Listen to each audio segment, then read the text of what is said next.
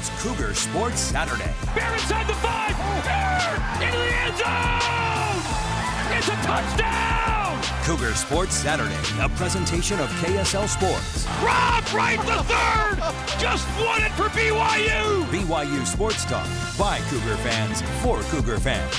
Here are your hosts, Mitch Harper and Nate Slack, on your legacy home of the Cougars, KSL News Radio, 102.7 FM and 1160 AM.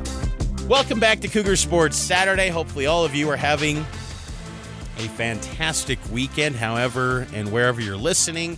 We appreciate you for tuning in to the show, whether live on KSL News Radio, KSL News Radio app, KSL Sports app, or on podcast on demand.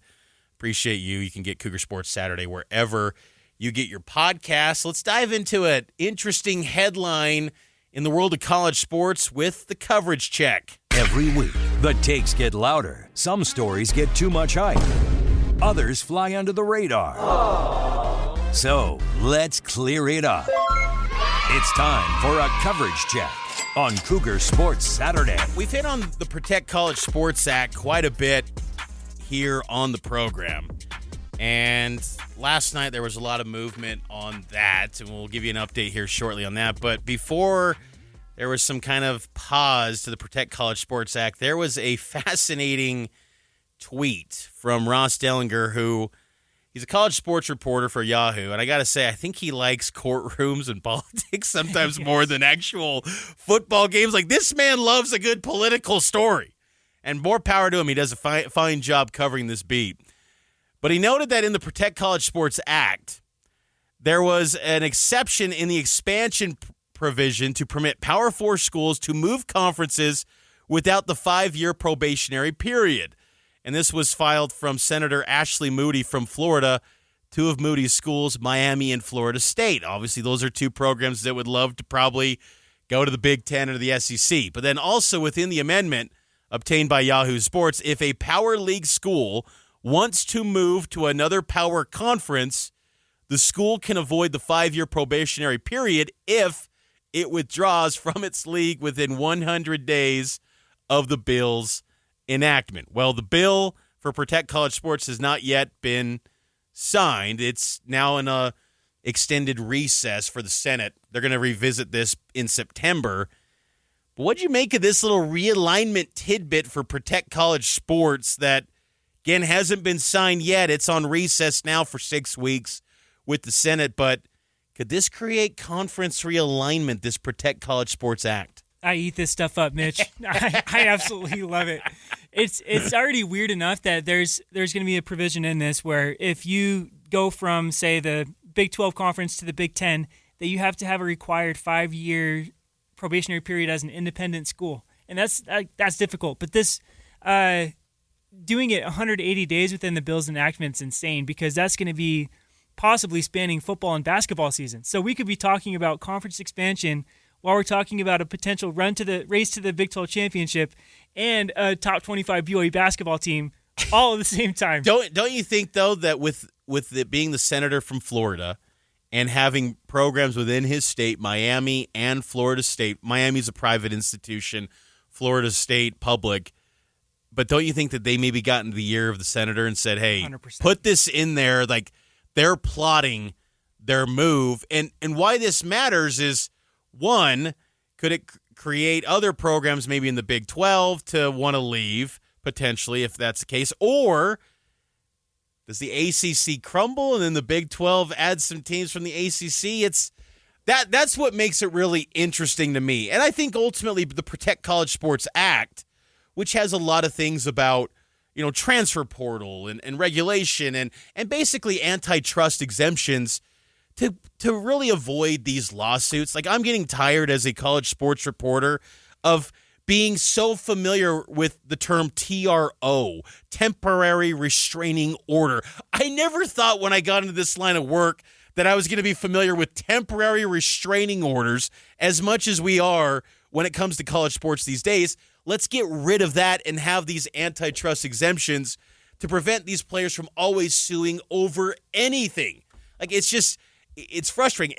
There used to be a time where BYU fans were so frustrated with basketball players at BYU leaving after their junior year to go play in Italy or go play in overseas. Like, what? You don't want to be a BYU player? Well, college back then, you weren't making money. Now, everyone wants to stay in college sports because the money is so good. But you need to have some antitrust exemptions. But Protect College Sports has not gone into effect yet.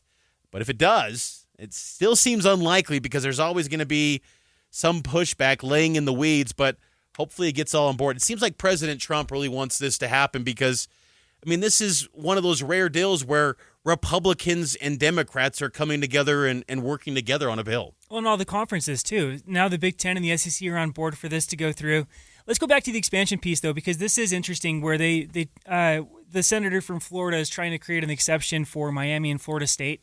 So you mentioned that there could potentially be Big 12 schools who are maybe interested in, they draw interest from the Big 10 or SEC. Do you think that's realistic? Do you think there's any possibility for any Big 12 schools leaving? Because I personally, I don't think so. I think they're looking more like a Miami, Florida State, maybe North Carolina. I don't see any schools in the Big 12 that would draw the interest of those conferences.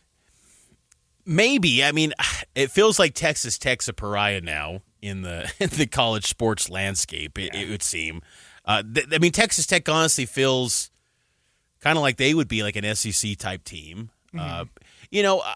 Honestly, I would say like a BYU, not to like say they're going to leave, because I think BYU really enjoys the Big 12, but I think you got to do your homework. If there was a real opportunity, I think you got to consider all avenues. Now, I think the easy answer would be, I think if you're chronically online, you would assume that Utah fans want to just get out as soon as possible. Is that the case from the administration? We know that Mark Harlan didn't like the Big 12 for that one night, and I felt like it was more personal than just that one night that he didn't like the Big 12. What's the feelings of the school president? That I don't know.